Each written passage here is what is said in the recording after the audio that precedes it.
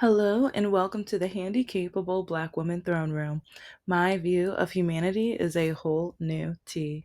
Hi, hello to all of my lovelies, my beauties, my royalties.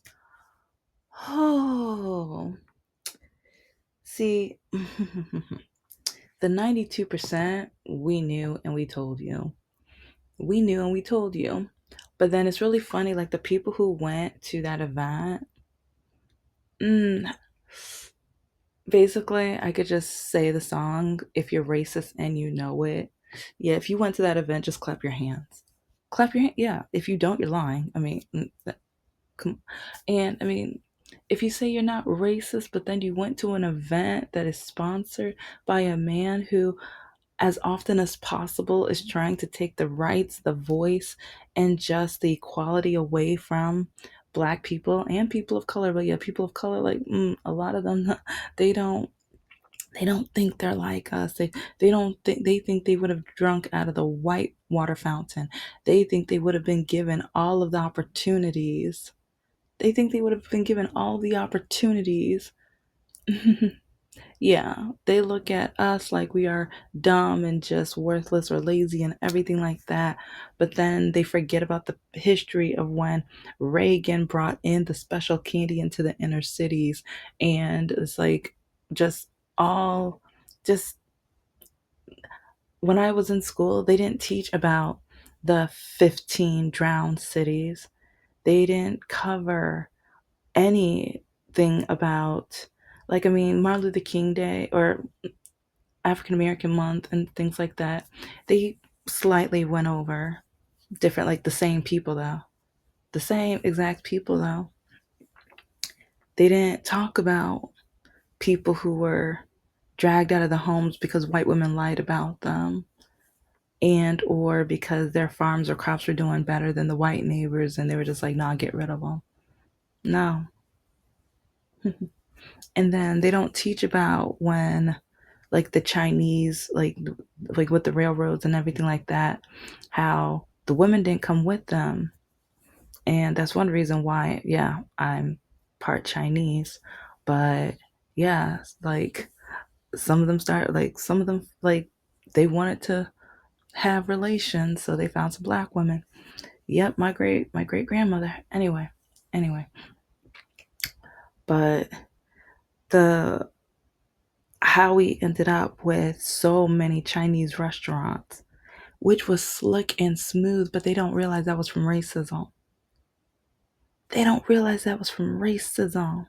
How and why they had to like create so many. And even with the Middle Eastern community, why they had to basically own like their own small shops and gas stations and things like that. They don't realize that's rooted from racism because of the laws and the things that were implanted in this land where they had like who they don't realize, but then they look down on us and or they're like, well, you should have owned your businesses. We were here from slavery. Okay, like we like since we were already here, we weren't trying to bring any other black people over because we already knew it was hard. Okay. And so I don't know. And but then now a lot of the people from Africa that come here, they didn't go through that experience. So they kind of have the same mindset as people of color because they're just like, no, we're succeeding, we're doing this, we're that. But their families didn't go through Jim Crow. They didn't go through segregation. They didn't go through like of course the slavery and everything like that. But they didn't go through the massacres. They didn't go through the Reagan periods of all the disgusting things he did. They didn't go through just, there's so much.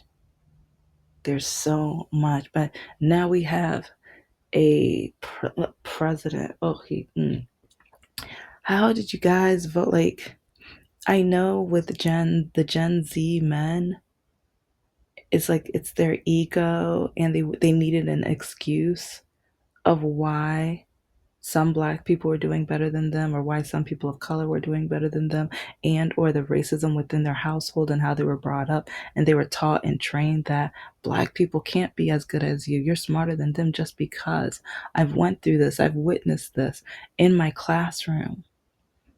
But like the college class, ooh, Middle Eastern and white men, I like in I think some Middle Eastern men are finally starting to wake up. Not the ones I taught.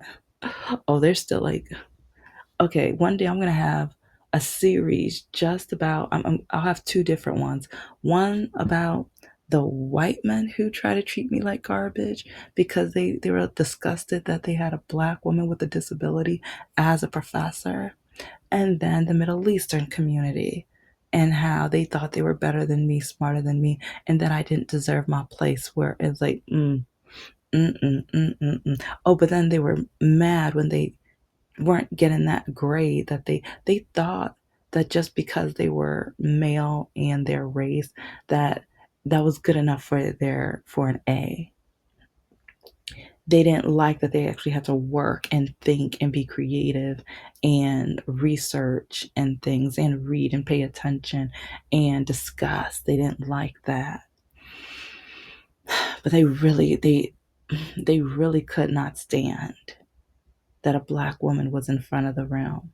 And on top of that, a black woman with a disability, they thought there was no chance. They thought that they automatically had to know more than me. And they hated the fact that they didn't even know 1/8 of me, of my knowledge within my topic. And trust me, I'm not gonna say I'm like, oh, I'm nowhere near like the orange man. Like accounting, haha, no, yeah, who like math, who baby, I found out I'm good at geometry, but yeah, that other, nah, no, I'm creative. I'm great with words. I'm great with ideas and picturing stuff outside the box. Can I draw? Nah, nah, nah, babies, I can't draw. But okay, sorry. I'm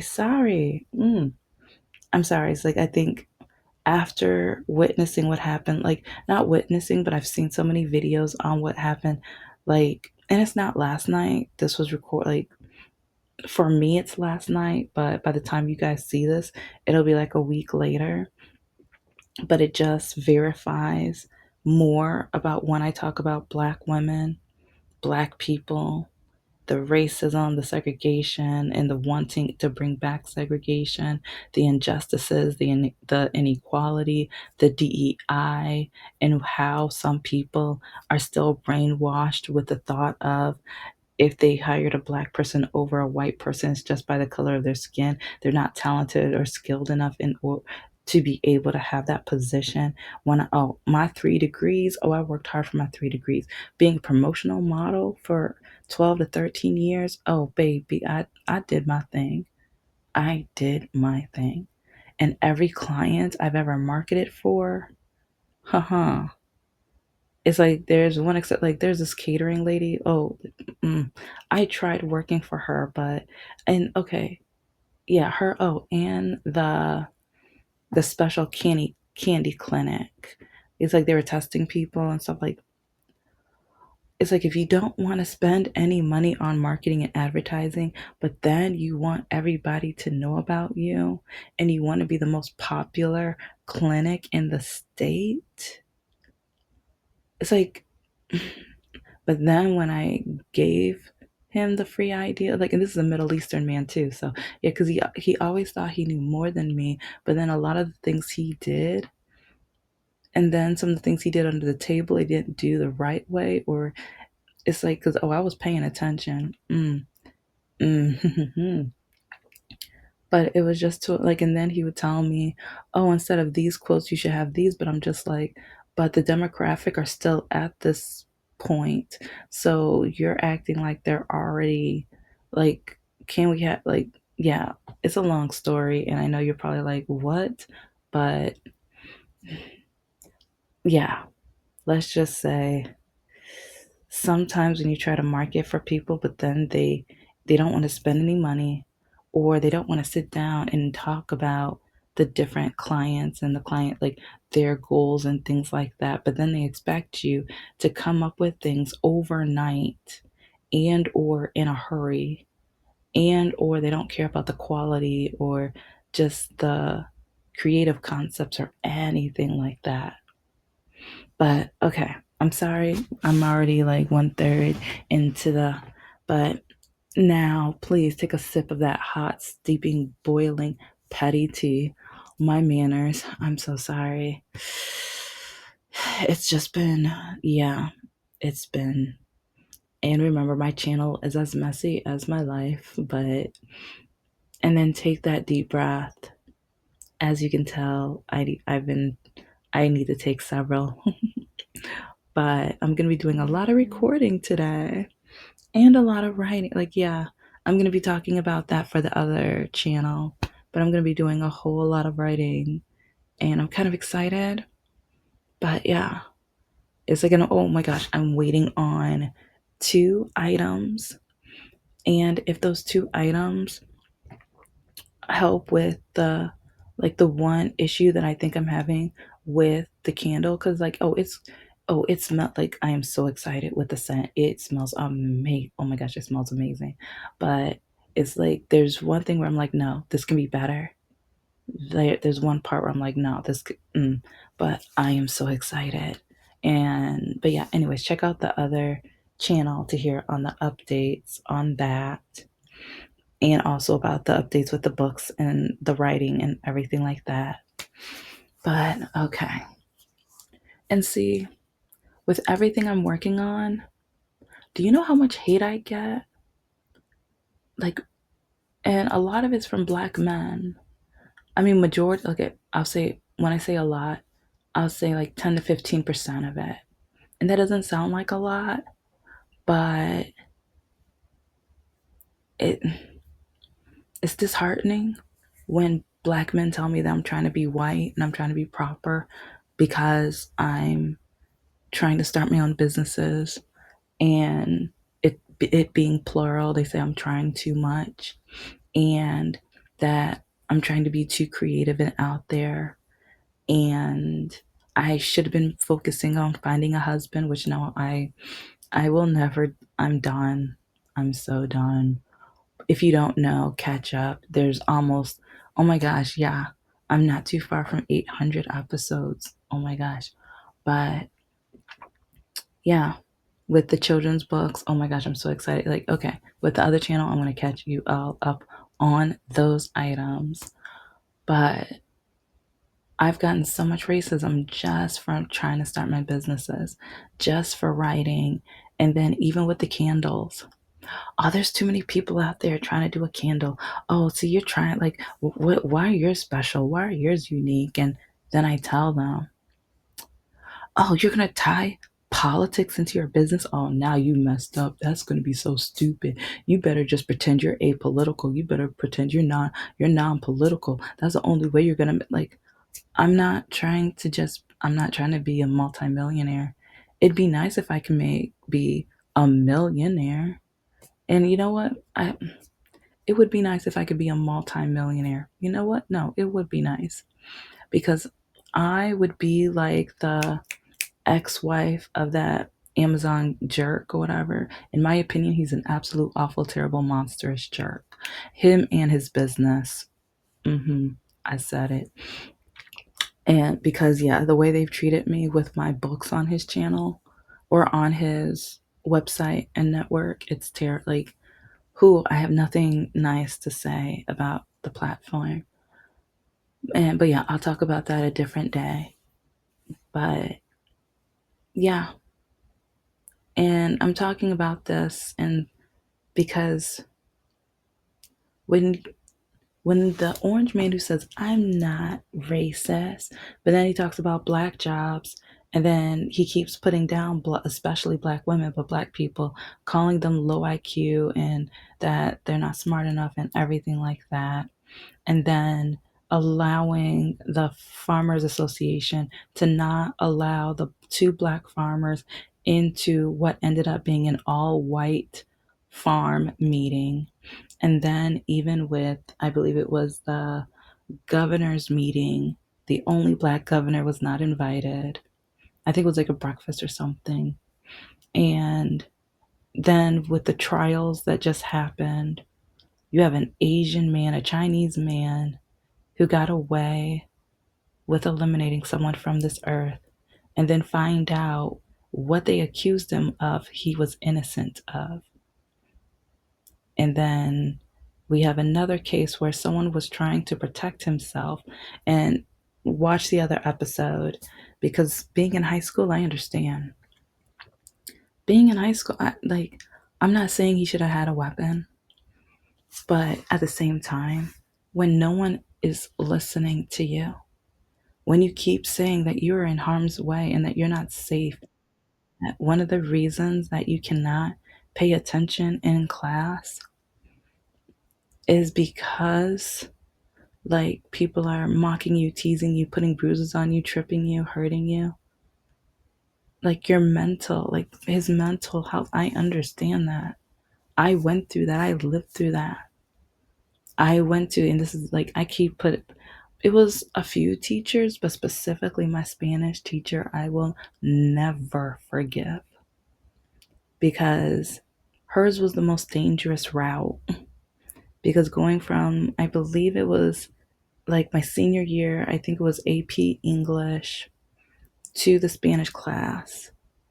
It was kind of a short route, but my one of my worst bullies, I wonder how many years did it take him to graduate, or if he even had graduated at all, because that was like his fifth year.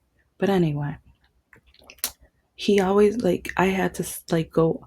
It was to a point where I had to start going all the way around, like to a different route, almost being like the last, like there was a warning bell. It's like I should have been seated and stuff, easy breezy, but it was literally like right before the warning bell, or no, right after the warning bell, I would be able to come into the classroom, so that I could avoid him, because he would hide behind the other wall. And so when he saw me coming right before I took the turn, he would trip me, and I would fall on my face, on my stomach, whatever. And I would talk to the Spanish teacher, and she would just, oh, he likes you. Oh, just be nice to him, talk to him. And I'm like, no, like, because I would ask her, can I please just, instead of going the other route, can I just like hide into, like, there's a restroom right nearby? I was like, I will be on time, or I would be right after the bell, but, and she was like, well, no, because I'll write you up, and you don't want the detention, do you? Those teachers didn't care about me. They didn't care about any of the black kids. It's like, well, there are some of the 8%. There are the Candace Owens at that school. So no, let me back up. But yeah, the 92% types, they didn't care about us. They didn't care about us. If we had an issue, they would act like we were grown ups. They would tell us that we had to figure it out, that we were grown. 15, 16-year olds, they would tell us to figure it out. So I understand.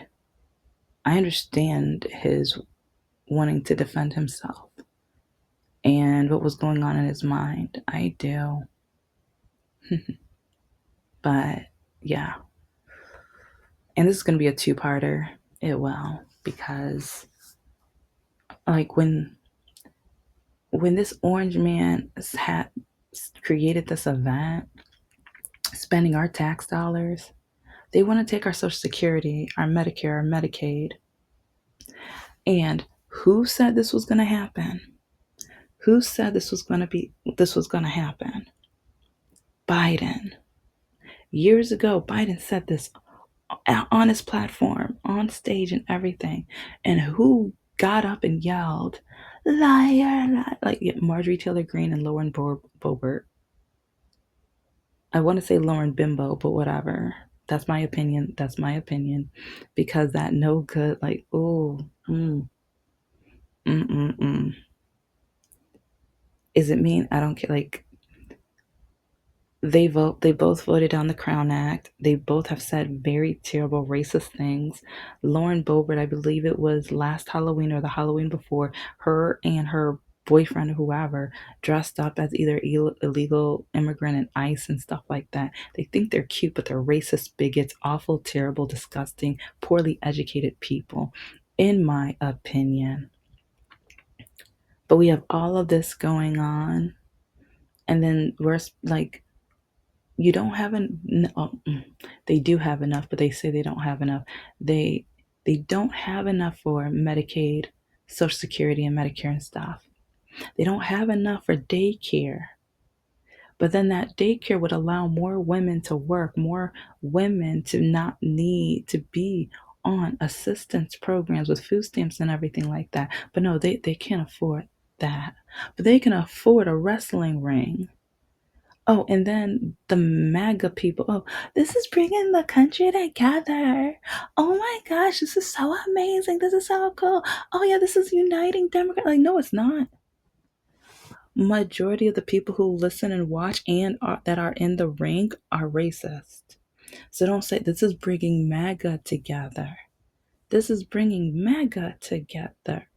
Yeah. And then because look at the two people who brought it together. A man who ABUSC his wife. And we know that wasn't the first time. We know that's not the first time.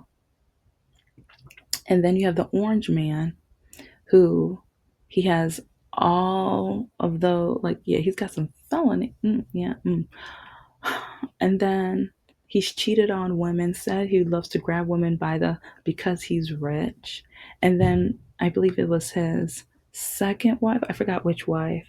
Which one is buried at the golf court? That one accused him of R wording her because his hair plugs or his hair, like whatever, didn't end up right. And so he literally grabbed her by the hair, yanking out hair, and yeah, did something disgusting to her. But Mag is like, oh, this is bringing us together. Yeah, it's like the two people who brought this together, they they hurt and harm women and everything like that. And but then before the Orange Man was voted in, oh my gosh, this country. He said that he was going to be like the leader for women if we like it or not. And that's not an exact quote, but yeah, he basically said like if we like it or not. Mm. But then he took our right away from us making our own decisions with our body. And again, with daycare would help so many women. But then you have the red pill, and a lot of society, they want the traditional. Skip that. Another reason why I'm done with dating. It's like and you know what? Yeah, I'll bring it up.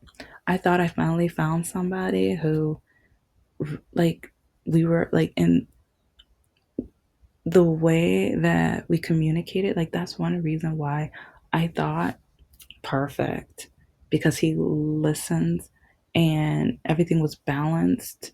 And I thought like I had his back. I thought he had mine, but yeah, let's just say I've got opinions. But at the same time, yeah, I'm going to drag him a little bit, but not nearly as much as the other men because he ended up being an absolute terrible liar. But at the same time, he is still one of the best examples of what I think a man is.